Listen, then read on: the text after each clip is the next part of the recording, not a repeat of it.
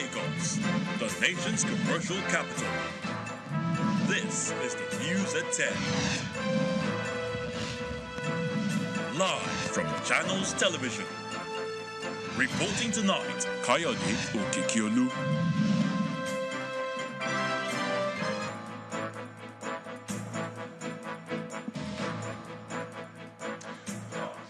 NNPCL Group CEO Malam Kyari appears before the Senate Committee on Appropriations, says the state of Nigeria's oil installations in the Niger Delta is a calamity with over 4,000 illegal connections on the pipelines. Dangote Refinery receives its first barrels of Agbami crude supply from Shell International Trading and Shipping Company Limited.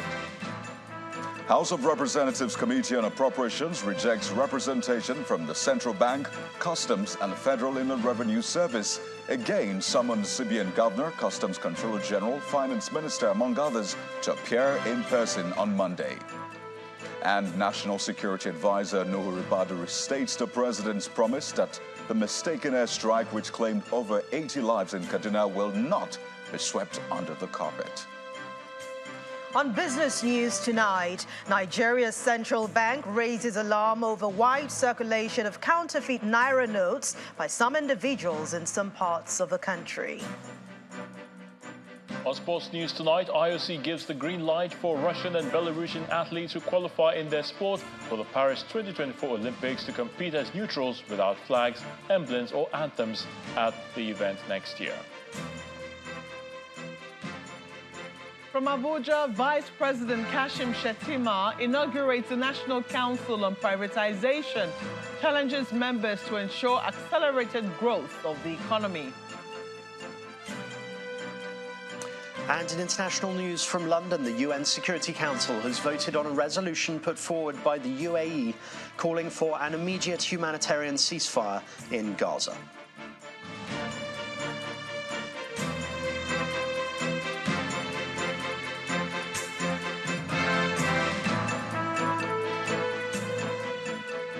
It's a grim picture being painted of Nigeria's major revenue earner, crude oil, as oil installations in the Niger Delta region have been described as a calamity with 4,800 illegal connections on the pipelines.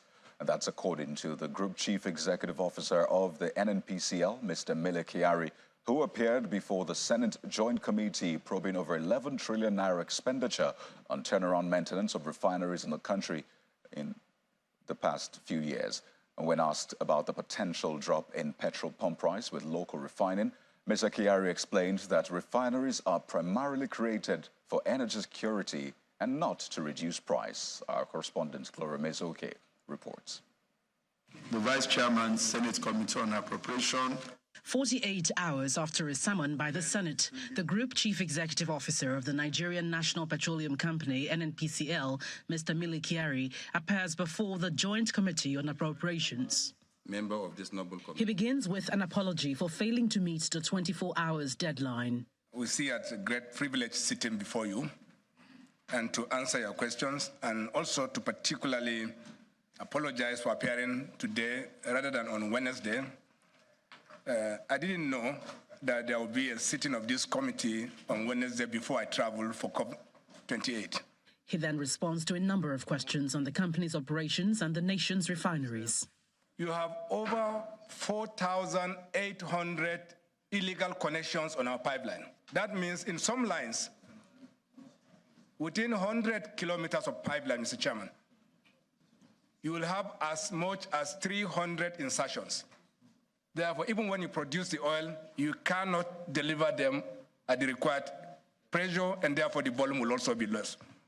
What is happening to the gold that everyone rushes, exactly this is what is happening in the Niger Delta. People are coming from all parts of the country to create their own bonfire. That's what he meant, the illegal refineries.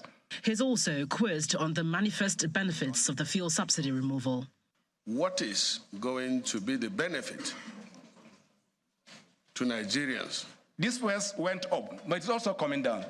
And therefore, there is substantial value in the removal of such. So it is possible that you can have reduction in prices once you start producing locally. But what I meant is that that's not the key objective. Our happiness is that we will produce product We will sell it at market. We will not lose money, and this refinery will pay for itself.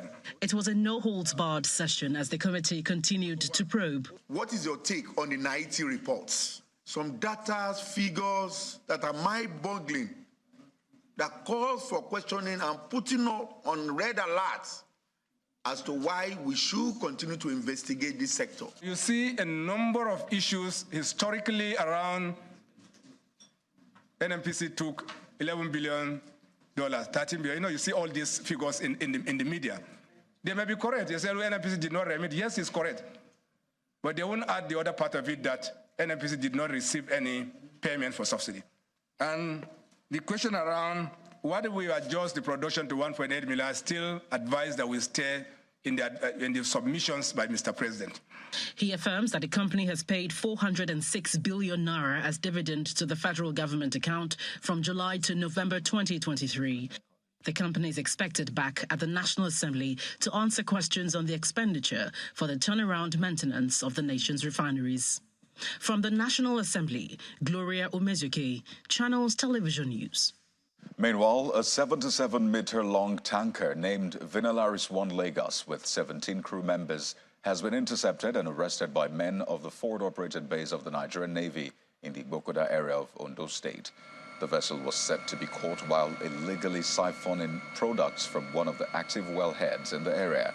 The flag officer commanded Western Naval Command, Rear Admiral Mustafa Hassan, says an in-depth investigation must be carried out to uncover those behind the illegality.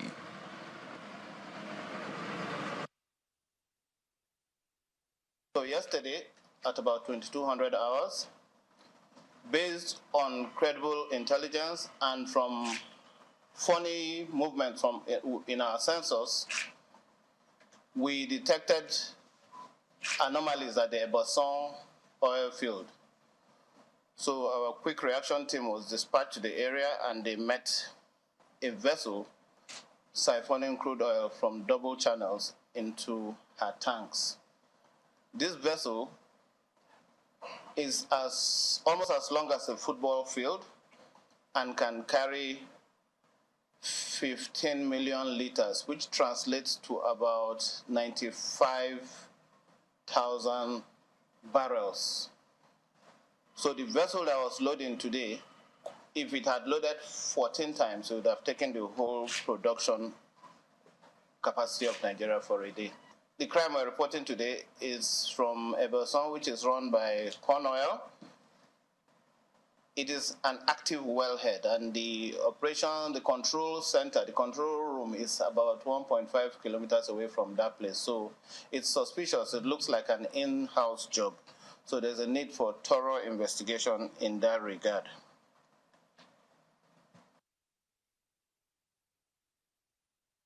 Data Security Services Limited has countered the Nigerian Navy over the arrest of the crude oil vessel in Ondo State and is accusing the Navy of preventing its operatives and other security agencies from boarding the seized vessel for joint inspection. In its reaction to an earlier statement by the Navy accusing it of involvement in the illegality, Tantita reports that the government security forces attached to it were fired upon on approaching the vessel by the Navy, whereas both are meant to fight the common enemy threatening Nigeria's economic well-being. Tantita Security Services Limited is implementing a pipeline protection contract with NNPCL and the federal government. And now to the State House, where the President has expressed optimism about the prospect of increased investment from Shell Petroleum Development Company of Nigeria Limited, the company which discovered the first commercial oil field at Oloibiri in the Niger Delta in 1956. President Bola Tinubu, who received the management of Shell Group, led by its Global Integrated Gas and Upstream Director, Ms. Zoe Yudnovich, today said his administration will continue to ensure the security and viability of existing and new investments in the country. In his words, "We are very focused on resolving all investment-related issues. There is no bottleneck that is too difficult for us to remove in our determined march toward making Nigeria the African haven for large-scale investment in all key sectors." According to the statement released by the President's spokesperson, Ejiri Ngelale, Ms. Yudnovich expressed Shell's commitment to maintaining its legacy of investment in Nigeria, particularly as the company refocuses its investment and opportunities in the deep water and gas sector. And staying in the sector, Dangote Refinery says it has received its first 1 million barrels of Agbami crude grade from Shell International Trading and Shipping Company Limited, STASCO. In a statement released today, Dangote Refinery explained that the cargo sailed to Dangote Refinery's single-point mooring SPM, where it was discharged into the refinery's crude oil tanks. The company says the inaugural 1 million barrel of crude oil, which represents the first phase of the 6 million barrels to be supplied to its refinery by several suppliers, should sustain the initial 350,000 barrels per day need for the commencement of crude production at its facility. Meanwhile, the company clarified that the next 4 cargoes will be supplied by the NNPCL in 2 to 3 weeks, while the final of the 6 cargoes will be supplied by ExxonMobil. Well, back to the National Assembly now, where the House Committee on Appropriations today turned back the representatives of the heads of the CBN, Customs and FIRS, insisting that the CBN Governor, Comptroller General of Customs, the Finance Minister and the FIRS boss must appear in person on Monday, amongst others. The chairman of the committee, Abubakar Bichi, who gave the ruling, says the revenue targets declared by government-owned enterprises is not enough. The Appropriations Committee of the House had invited stakeholders to provide highlights on some key issues in relation to the preparation, enactment, and implementation of the 2024 budget. We studied the budget, fantastic budget, brilliant, but we need funding from GOEs. Their declaration, honestly, for us is not enough. That's the reason why we insist on Monday, all the revenue people, we want them here. The more they are delaying the budget. They are not delaying the National Assembly, they are delaying the budget. Let them know they are delaying the budget process. If they didn't show up, we expect all of them to be here. CBN Governor, Minister of Finance, Minister of Petroleum, Controller General, MPA, NIMASA, all the GOEs, we need them here. Let them come and explain how did they arrive, the scientific study, how did they arrive on that figure they have declared on the MTEP. We believe it's short, it's not enough. Okay. It's insufficient. We believe so let them come and explain so that we can see if we can have more revenues in 2024 so that our people can see the impacts and supporting Mr. President for his agenda. And now to Kaduna State, where more assurances of justice and care for the victims of Sunday's mistaken airstrike are coming from the federal government. Well, this time, the National Security Advisor, Malam has restated the president's pledge that the incident will not be swept under the carpet, as a holistic investigation will soon commence on the matter. The NSA stated this today when he visited the affected Tudumbiri village in Igabi local government area on a fact-finding mission. He also commended Governor Bassani for his display of maturity and leadership in the way he has handled the unfortunate incident. We are here to physically see, also talk directly to the people, to the victims, the families, and make an assessment for the federal government. It's a tragedy, it's a misfortune, but it has happened. What matters is how do we move forward? What are we going to learn from here? What exactly we need to do? Hopefully it will not happen again. And also to restore a little bit of normalcy in the lives of those who are victims. We are here with the governor and also the leadership of the National Assembly responsible for national security. We have done the assessment, we have spoken to them, we have had a very good interaction, and we are going back to Abuja. That certainly will be what will help us to move forward with decisions that will certainly make a difference going forward. Meanwhile, the Sultan of Sokoto, Muhammad Saad Abubakar III, has joined in the demand for justice for victims of the mistaken army airstrike. He vows to keep pushing until justice is served. The Sultan stated this at the 25th anniversary of the 11th Emir of Jammu, Alhaji Muhammad Isa Muhammad, on the throne at the Emir's Palace in Kafanchan, Kaduna State. Others agreed that the event provided an opportunity for the people of southern Kaduna to unite for peace to reign in that part of the state. Well, in part two, after the break, ministers joined the negotiations at the ongoing United Nations Climate Conference in Dubai to identify and work with parties to resolve disagreements in the negotiations. Well, that's in a moment. Please stay with us.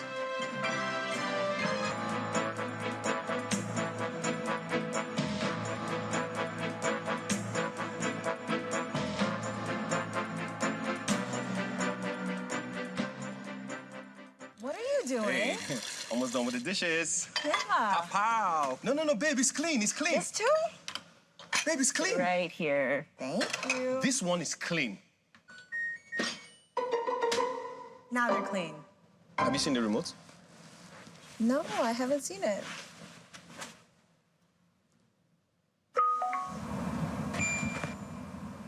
How did you do that?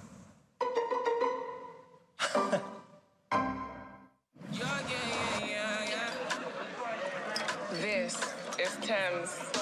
Walked in when I was a new young kid. Jameson Black Barrel. I've been going on my own. I've been doing things unknown. Today one running right back. Together, we go further. For Thames. You know that's all of us, right? Together is our win. Jameson Black Barrel, touched by fire for a rich, smooth taste. Let us take you on a journey towards the fearless pursuit of knowledge. Navigating uncharted territories and taking bold, fearless steps towards a future shaped by courage and discovery as young, ambitious minds begin their quest for learning at a university. Pulling together people of diverse backgrounds to build a fearless generation that will change the future of our country and our continent. Wigwe University awaits, a testament to the power of education and unwavering spirit of those who dare to be fearless. Wigwe University, where the fearless make history. Now open for admission into the 2024-2025 session.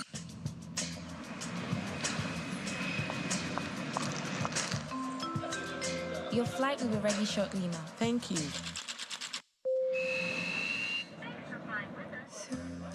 Breakfast in Paris.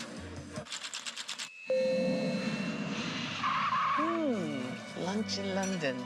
This could be you. And there's more. Hey, Mai, tell them more. Of course. Now, this is what I call a win. And this could be you too in the Globe Festival of Joy promo. By recharging 50,000 Naira or more within a month, you could be among our 100 winners who will win business class tickets from Lagos to Paris to London. If you recharge 100,000 Naira or more in a month, you could be one of the many winners of a premium bungalow in Nigeria. The more you recharge, the more your chances to win. How was your flight? Delicious. Glow Unlimited. In a world where everything is fast-paced, how do you remain unstoppable? Babe, I need some money for groceries. Dad, the cable TV subscription has expired.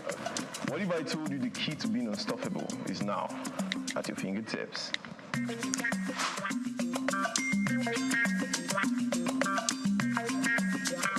Uncle, wait. Uncle, have you forgotten I'm going back to school today? Thank you.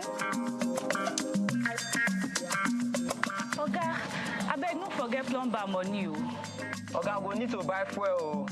Don't let petty transactions limit you.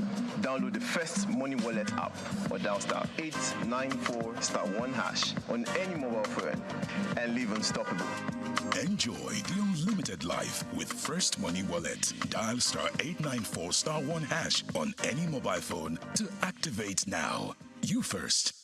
First Bank.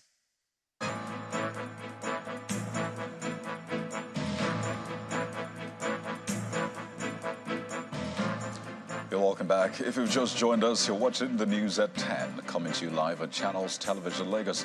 Well, here's a reminder of our top stories. NNPCL Group CEO Mele Kyari appears before the Senate Committee on Appropriations, says the state of Nigeria's oil installations in the Niger Delta is a calamity, with over 4,000 illegal connections on the pipelines. Dangote Refinery receives its first barrels of Agbami crude supply from Shell International Trading and Shipping Company Limited. House of Representatives Committee on Appropriations rejects representation from the Central Bank, Customs and Federal Inland Revenue Service as it again summons CBN Governor, Customs Control General, Finance Minister, among others, to appear in person on Monday. And National Security Advisor Noor Ribadu restates the president's promise that a mistaken airstrike which claimed over 80 lives in Kaduna will not be swept under the carpet.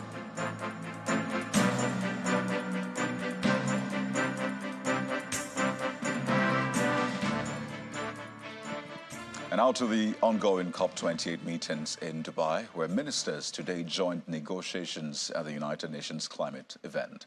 Well, their job was to identify political challenges in the negotiations and work with the parties to bridge the divides and find necessary solutions. Announcing the ministerial pairs, the president of the Conference of the Parties asked the ministers to build on the momentum at the conference, saying he believes a consensus can be reached on the rest of the agenda. Our environment correspondent, Ayala Kasim, reports. And I'm here to introduce the COP28 Ministerial Pairs. And so the real work begins. With the announcement of ministerial pairings, the negotiation here in Dubai enters the important stage. The ministers, each representing the Global North and the Global South, oversee discussions on hot topics of the conference. In the next few days, we do have the potential to deliver a paradigm shift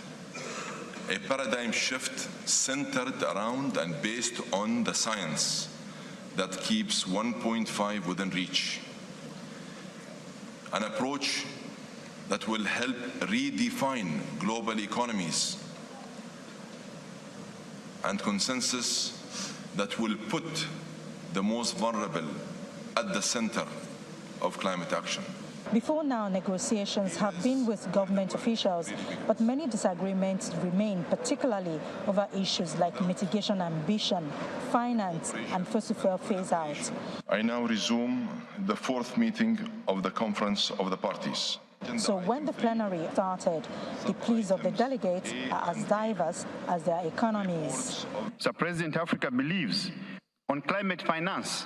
We believe that there's no ambition without climate finance, and that we cannot implement our actions if there's no finance at all. The Arab group stresses that mitigation of the socio-economic impacts of the response measure is one of the priorities of our group in order to guarantee growth and economic prosperity. For this COP, we need an outcome that includes the phasing out of fossil fuels in line with 1.5, the best available science, and the principles and provisions of the Paris Agreement. No new investments in fossil fuel production and distribution infrastructure, particularly from major emitters, as part of a just and fair, equitable transition. Setting global targets for tripling renewable energy capacity and doubling energy efficiency by 2030, as long as it is additional to a commitment to fossil fuel phase-out and does not replace those efforts. This year's Conference of the Parties started on a successful note, with the agreement on loss and damage done on the first day. Hearing no objections, it is so decided. But now comes the real test, the test on how to convince about 80 countries whose economies depend on fossil fuels to agree to its phase-out or phase-down. Should the 197 countries agree on this in Dubai, that will be a first time in almost 30 years that this logjam will be broken. Ayola Kasim, Channels Television News. Well, let's now get more from Ayala Kasim, who is live for us in Dubai after a long day of talks. Well, Ayala, what a marathon it's turning out to be. But tell us, where are we with the talks and particularly the prospects for an agreement, hopefully? Well, I hope we have an agreement because as of now, it's as if we are having a logjam. A text has just come out and it gave 4 options, which OPEC, we learned, is already telling its members not to sign, not to agree to. So we have the first option, which is the phase out of fossil fuels in line with the best science. And then the second option is also that in line with the available science, according to the International Governmental Panel on Climate Change's 1.5 pathways and the principles and provisions of the Paris Agreement. And also the third option is a phase out of unabated fossil fuels, recognizing the need for a peak in their consumption. So we have that one. And the fourth option is no text at all. Of course, OPEC is telling its members to reject proposals for any text under negotiation that target fossil fuel rather than emissions. And of course, with fossil fuel being in the text at all, everybody is excited in the civil society. They're saying that it's the direction to travel much more clear. Like this has shown a direction of travel which is more clearer than it had ever been. And of course, this affects Nigeria as well. Because we are a fossil fuel dependent economy. So we are hoping to see how this comes out tomorrow, particularly with groups meeting and then all of them coming out with their positions. We are also hoping to speak with the African group of negotiators. In fact, they have actually said they will be speaking with members, the media tomorrow. So hopefully something positive and then will come out of this, and then there won't be, and eventually the logjam will be broken and some concrete will come out of this meeting. Well, thank you so much, Ayala. Please catch some rest. Looks like there's way more work ahead to be done. Thank you for that update. Our environment correspondent, Ayala Kasim, joining us live from Dubai, venue of a COP28 climate summit. And now for more on the news at 10, let's head over to our Abuja studio where Mark Welgun Yusuf is sitting by. Hello, Mark. Hello, Coyote. Well, it looks like we're going to be focusing a bit on the economy as the Vice President Kashim Shettima has inaugurated the National Council on Privatisation with a charge to actualize the renewed hope agenda of the Bola Tinubu administration. He says the selection of members of the council is a testament of the president's vision of ensuring the accelerated growth of the economy. The vice president, who heads the council, performed the ceremony at the presidential villa here in Abuja. Our State House correspondent, Emperor Simon, reports. Vice President Kashim Shettima spearheads the National Council on Privatisation under President Bola Tinubu. He is here to formally inaugurate the council, a day after the president approved the appointment of 4 new members of the council. It brings me great pleasure to officially inaugurate the National Council on Privatisation and congratulate each member for this honor to serve the nation. I extend my best wishes to all members as we embark on this crucial national endeavor. Chaired by the Vice President, the Council comprises the Secretary to the Government of the Federation, some ministers, federal lawmakers, the Bureau of Public Procurement, and members of the private sector. The mandate of the Council includes commercialization, privatization and optimization of government investments, as well as implementation of the strategy to increase the value that the federal government gets from its investments. Mr. President has pointed out that he's looking for rapid, sustained and inclusive growth, and the key aspect will come from private sector funding. The government is not going to be relying and over-relying on expensive borrowing. Instead, it is going to rely on equity. Privatization is financing through equity, and bringing in private sector, foreign direct investment and domestic investment is essentially means that government is not relying on borrowing. The economy is currently facing very serious fiscal headwinds and more on the revenue side. So what the Bureau and NCP bring to bear in solving some of these problems is to be able to optimize government-owned assets and entities. Vice President Shettima had earlier met with the management of the National Boundary Commission, during which he assured of President Bola Tinubu's determination to actualize government's vision in the management of the various boundaries across the country. The traditional ruler of Mango, His Royal Highness John Irse, also led traditional rulers from the area to pay a visit to the Vice President. Senator Shettima assures that no part of the country will be left out under President Bola Tinubu's government, promising that full peace and harmony will be restored to Plateau State. From the presidential villa, Emperor Simon, Channels Television News. To politics now, some opposition political parties are pledging to work together to push for a reform of the nation's electoral system. The parties met under the aegis of the Conference of Opposition Political Parties in Nigeria and told a news conference here in Abuja that their plan is to stop the All Progressives Congress, the APC, from converting Nigeria into a one-party state. The Kogi State PDP candidate in the November 11 governorship election, Senator Dino Melaye, explains that the opposition parties have learned their lesson from the outcome of the off-cycle polls.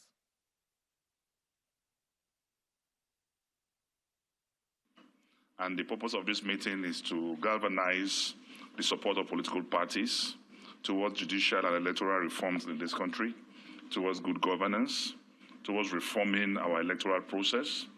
And today we have adopted a name, and the name of this group will be Conference of Opposition Political Parties in Nigeria, COPIN. And by the grace of God, it was a very fruitful meeting. The Labour Party delegation was led by Chief, and we also have the delegation of ABGA, led here by, yes, and we have the apology of few political parties, but we've all agreed that as opposition political parties in this country, we are going to work together to end the pain and end the shame, democratic shame in this country. We want to make sure that we visibly meet to discuss issues of electoral reform, issues of judicial reform, issues of INEC, issues of rigging, and how we can partner together as opposition political parties in this country to work together to end the democratic shame and the democratic pain in this country, especially from the last elections we've seen in Kogi and Imo. We believe that we cannot continue like this as a country. There's a need for amelioration, there's a need for palliation, there's a need for correction. Still to come on the news at 10, Central Bank of Nigeria raises the alarm of a wide circulation of counterfeit Naira notes by some individuals in some parts of the country. Well, that's on business news. Do join us again.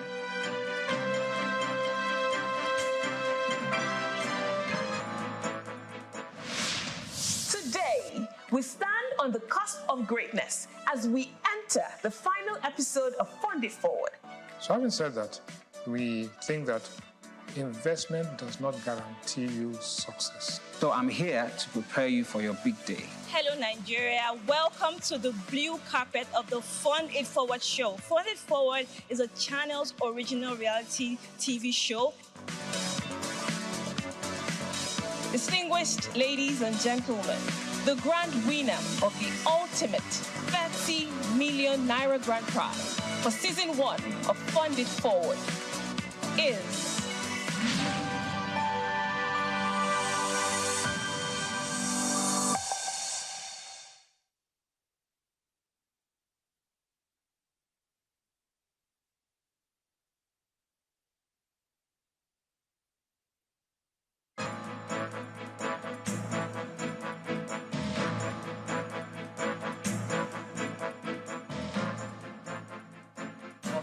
Well, we're off to the courts now, where the Court of Appeal here in Abuja has affirmed the April 27 judgment of the Federal Capital Territory High Court ordering the Oyo State Governor, Seyi Makinde, to pay the outstanding balance of 3.4 billion naira from a 4.9 billion naira debt. The 4.9 billion naira debt arose from the judgment of the Supreme Court given against Mr. Makinde, the state's Attorney General, Accountant General, and 4 others by chairmen and councillors elected on the platform of the All Progressives Congress, but sacked on May 29, 2019 by the governor when he assumed office. In a unanimous judgment, a 3-member panel of the court, led by Justice Danlami Senchi, deplored Governor Makinde's conduct, which it described as disrespectful of the nation's judicial system. The appellate court also awarded a sum of 50 million naira as cost against Mr. Makinde and the other appellants to be paid to the ex-council chairman, led by Bashorun Ajuwon. In other news, Akwa Ibom state government says it will continue to support Ibom Air in its drive to remain the airline of choice for passengers within and outside the country. Akwa Ibom state governor, Pastor Umar Eno, gave the assurance at the Victor Atta International Airport, Uyo, during the official reception of a brand new Airbus A220-300 as the latest addition to the airline's fleet of aircraft.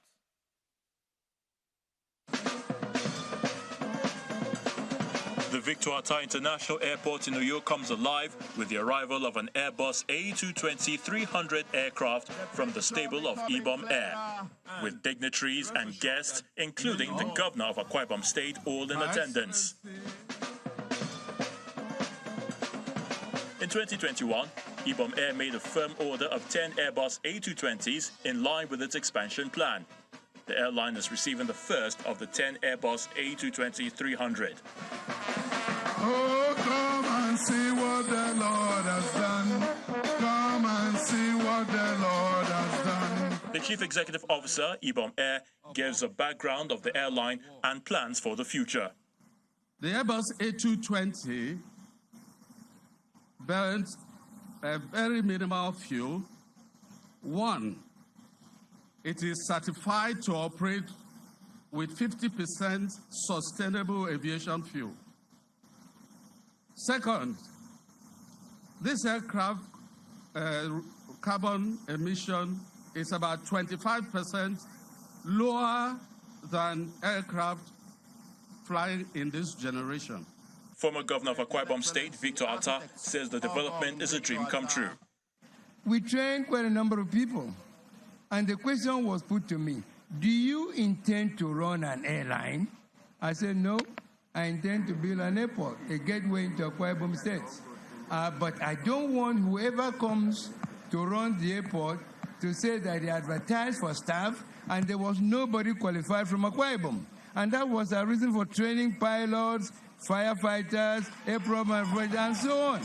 Governor Umar Eno expressed satisfaction with the progress recorded by Ibom Air so far in the aviation sector. In under 5 years, Ibom Air has expanded its routes to major cities in Nigeria and recently started its commercial operations to Ghana, Accra.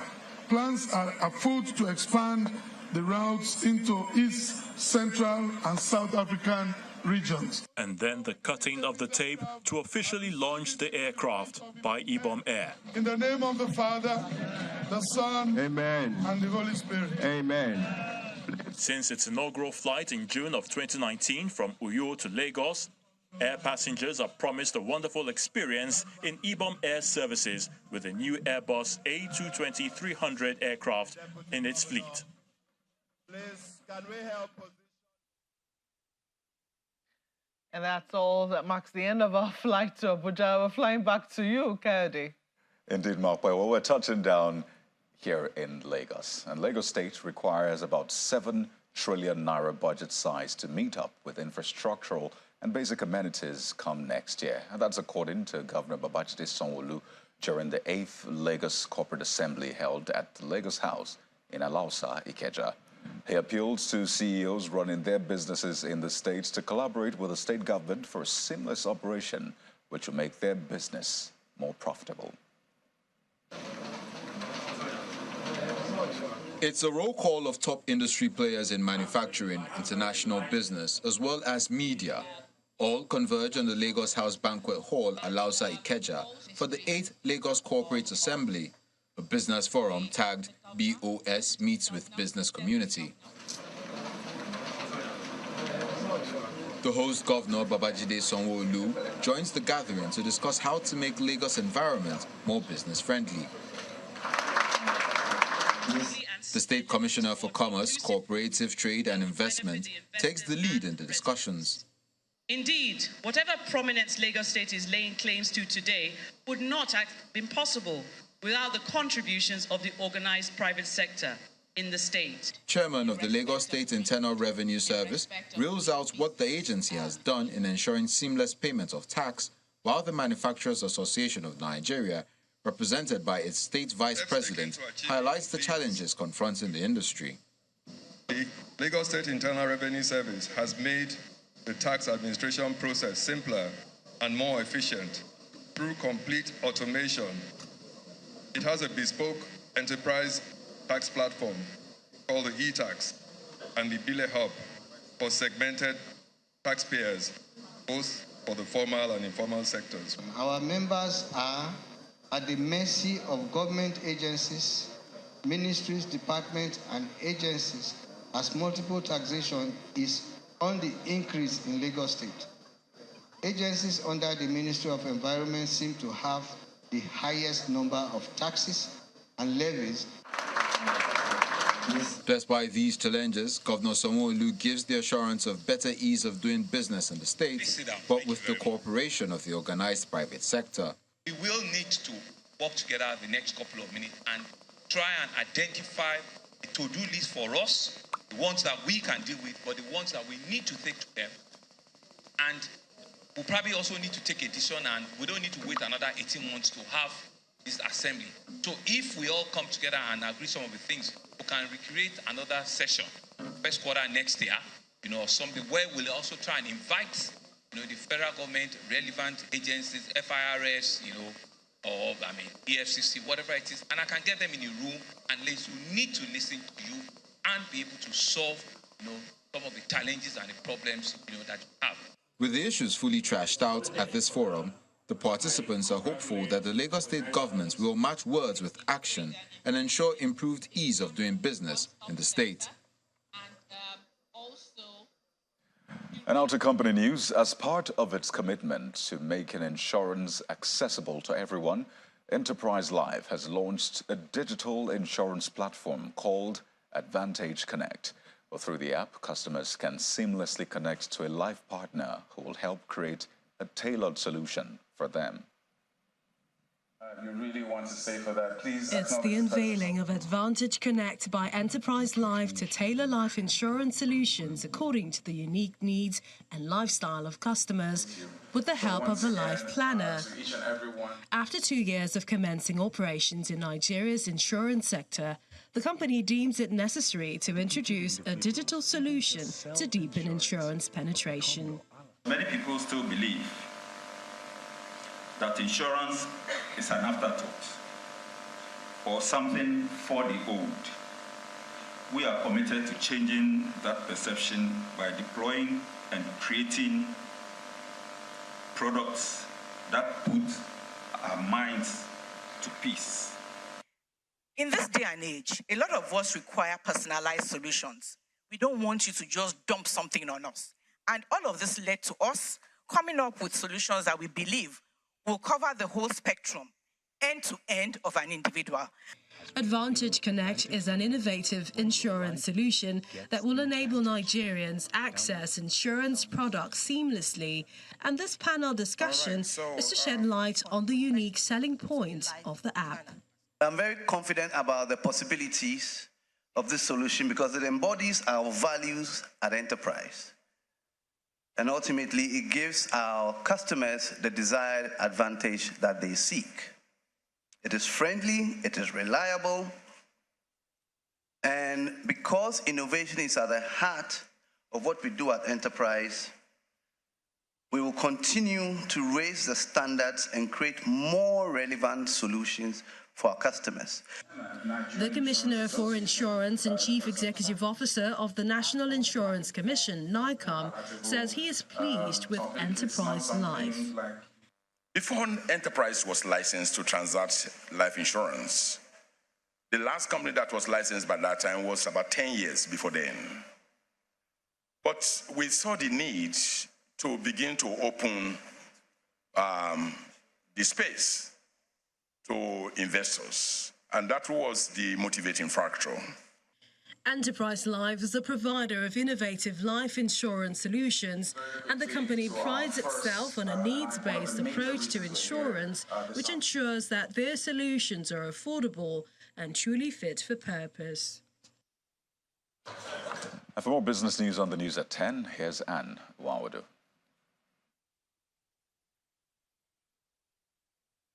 Banking so easy, so simple. Dial *894# now to experience it. You first, First Bank.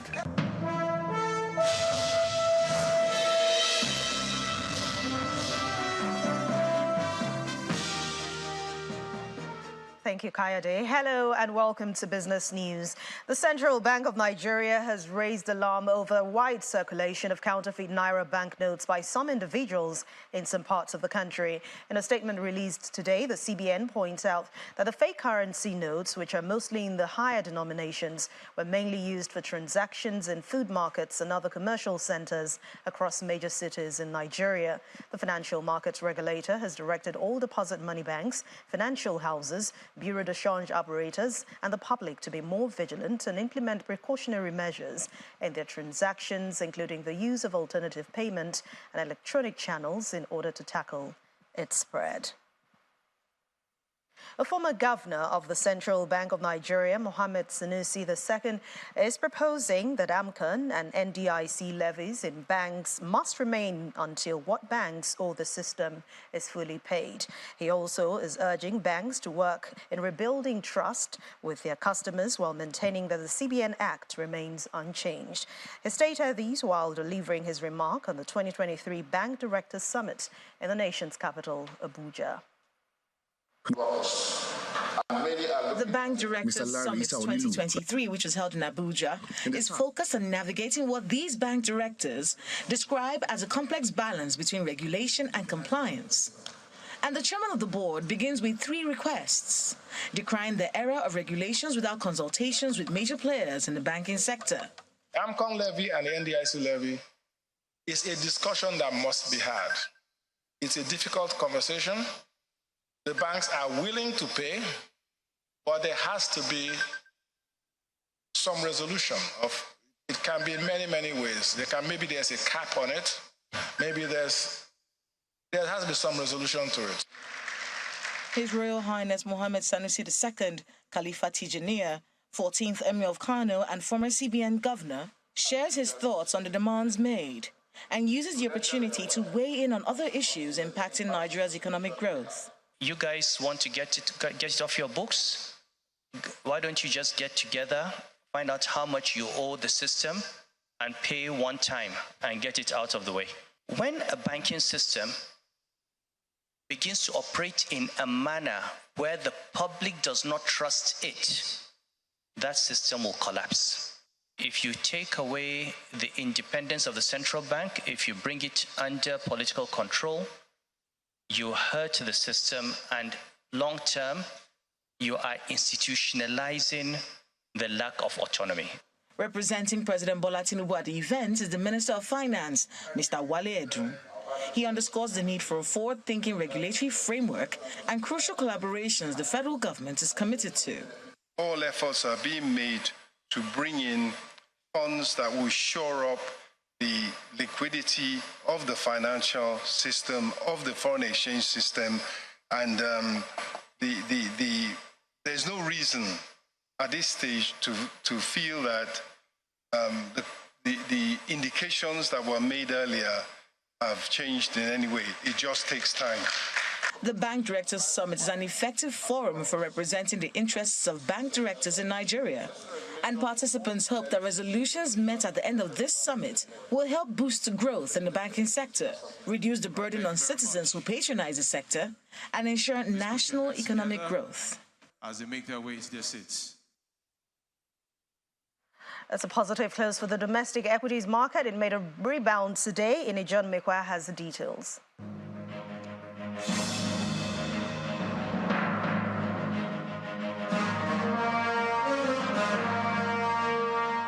Well, thank you so much, Anne. Good evening, everyone. Welcome to the Stock Market Report.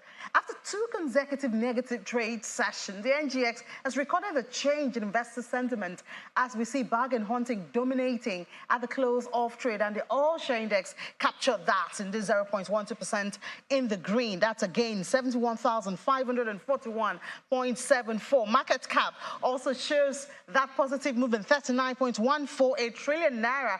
This is a very dangerous number, very close to 40 trillion naira. Now, it looks like a major contributor to that positive sentiment is the banking counter. After suffering about 2% on Thursday, prices became so attractive, investors decided to feast on it. And so we see that counter up 1.60%. Really nice there, more than 1.5%. And this is in spite of a loss, more than 2 naira loss on the shares of FBN Holding. Recently, FBN Holding, we see, entered that 1 trillion naira market cap group. Congratulations to them. And they couldn't pull down that sentiment. Consumer goods also looking good, 0.15% in the green right there. And this is in spite of Honeywell Flour and Northern Nigeria Flour Mill, having a drop in their prices. PZ, however, was on the positive. Oil and gas had movement today, but it wasn't a good movement. MRS lost a whole lot of money today, and so the counter is down 0.57%. Looks like the penny stocks once again determine the sentiment in the market. It's been doing that most trading sessions this week. Now, when we look at the activity chart, a recovery on value and volume, they were all in the red, but deal still hasn't recovered, dropped from about 8,000 to 5,747. It's the close of the week. It's good that it's ending, in the green, even though we've had some red in between. But let's see what next week holds. But for now, it's victory to the bull.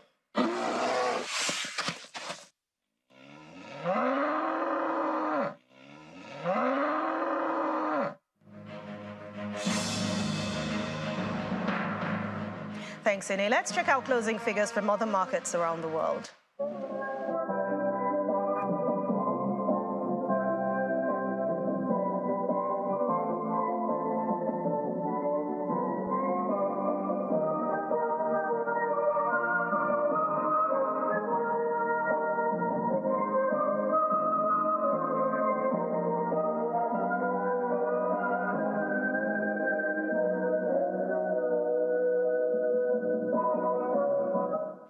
Thanks for watching Business News Tonight. I'm Anne Nwawadu. Have a wonderful weekend. It's back to you, Coyote. Banking so easy, so simple. Dial *894# now to experience it. You first, First Bank. Well, thanks, Anne. The U.S. has blocked a Security Council resolution for immediate humanitarian ceasefire in Gaza. Well, here's Simon Pusey with other international stories and around the world in 5. Good evening and welcome to the channel's studios here in London with your international news around the world in 5. The UN Security Council has voted on a resolution put forward by the UAE calling for an immediate humanitarian ceasefire in Gaza. There are also numerous accounts of sexual violence. It comes 2 days after the UN chief Antonio Guterres invoked a rarely used power to bring to the Council any matter which may threaten the maintenance of international peace. The US has consistently opposed international calls for a ceasefire and is thought likely to vote against the resolution. But the US Secretary of State has urged Israel to do more to protect civilians, saying there is a gap between its promises and the reality on the ground. It remains imperative that Israel put a premium on civilian protection. And there does remain a gap between exactly what I said when I was there, the intent to protect civilians, and the actual results that we're seeing on the ground. We continue to recognize the extraordinary difficulty of this task, as Israel is dealing with a terrorist adversary that intentionally embeds itself with civilians. But again, Israel has an obligation to do everything possible to put a premium on protecting civilians and maximizing humanitarian assistance. With fighting raging around Khan Yunis and in the north of Gaza, pictures have emerged on social media showing dozens of Palestinian men detained by Israel. The footage shows them stripped to their underwear, kneeling on the ground and being guarded by Israeli soldiers. The men are thought to have been arrested in Beit Lahia in the far north of the Gaza Strip. Russian President Vladimir Putin has said he will stand again for a 5th term in office. из поколения в поколение. He spoke about his intentions during an awards ceremony for participants in the war in Ukraine. It comes a day after officials set 15th to the 17th of March 2024 as dates for the presidential election. Mr. Putin's re-election is seen as inevitable, with opposition almost non-existent and Russian media completely under his control. The 71-year-old has already been in power in Russia longer than any ruler since Joseph Stalin. US President Joe Biden's son, Hunter, is facing a 9-count criminal indictment for alleged tax evasion. The 56-page charge sheet accuses him of evading $1.4 million in taxes between 2016 and 2019 and funding an extravagant lifestyle. Much of his alleged illicit activities occurred while his father was US Vice President under Barack Obama. The Yale-educated lawyer faces up to 17 years in prison if convicted. Tanzanian President Samia Suluhu Hassan has travelled to Manyara region of Tanzania and inspected the devastation caused by flash floods and landslides. The death toll from the December 3rd deluge has risen to 76 from 69, with more than 5,600 people homeless and 750 farm crops destroyed and many livestock killed. Canada has unveiled a plan aimed at pushing oil and gas companies to cut emissions by up to 38% from 2019 levels by 2030. At COP28 in Dubai, Canada's Federal Environment Minister, Stephen Gilbert, said Canadians expect their government and oil and gas companies to do their part on addressing climate change after a year of record wildfires and other natural disasters. Yesterday, Canada made an historic announcement. For the first time ever in our history, we are putting in place regulations to ensure that the oil and gas sector will reduce its pollution. It's never been done before. We think that a sector that did $120 billion worth of profit last year should invest some of those profits into decarbonization, into creating good jobs for Canadians for many years to come. And Canadians expect their government, they expect the oil and gas sector to do their part when it comes to fighting climate change. And the Australian Jay Hineker and the Italian Anastasia Bagaglini have won the men's and women's titles at the 2023 Street Style Global Championships.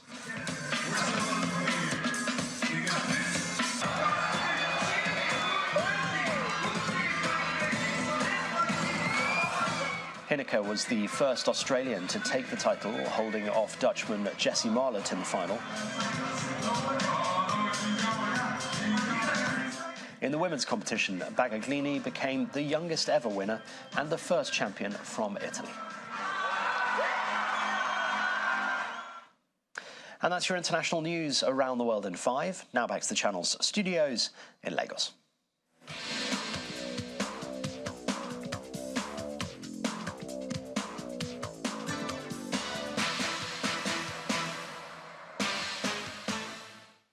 Many thanks, Simon. Welcome to Sports News. Former Super Eagles forward Victor Ekweba says the 3-time African champions do have the potential to reclaim the African Cup of Nations title in Côte d'Ivoire next year.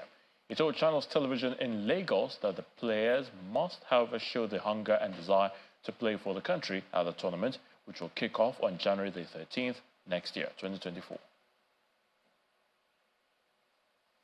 Well, the International Olympic Committee, the IOC, has given the green light for Russian and Belarusian athletes who qualify in their sport for the Paris 2024 Olympics to take part as neutrals without flags, emblems or anthems at the event next year.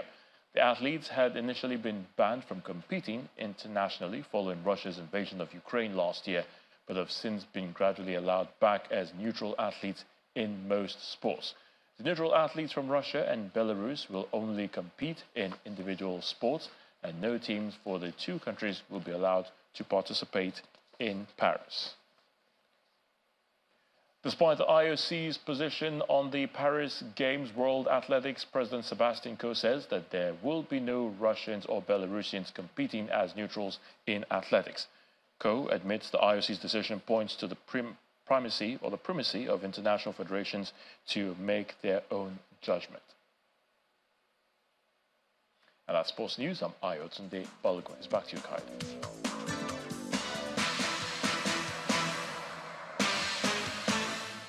Thank you, Ayotunde. And the main news again. The NNPCL Group CEO, Malam today appeared before the Senate Committee on Appropriations. He told the lawmakers that the state of Nigeria's oil installations in the Niger Delta is a calamity, with over 4,000 illegal connections on the pipelines. Well, that's the news at 10 for tonight, everyone. Thank you for watching. I'm Kayode Okikulu. Good night.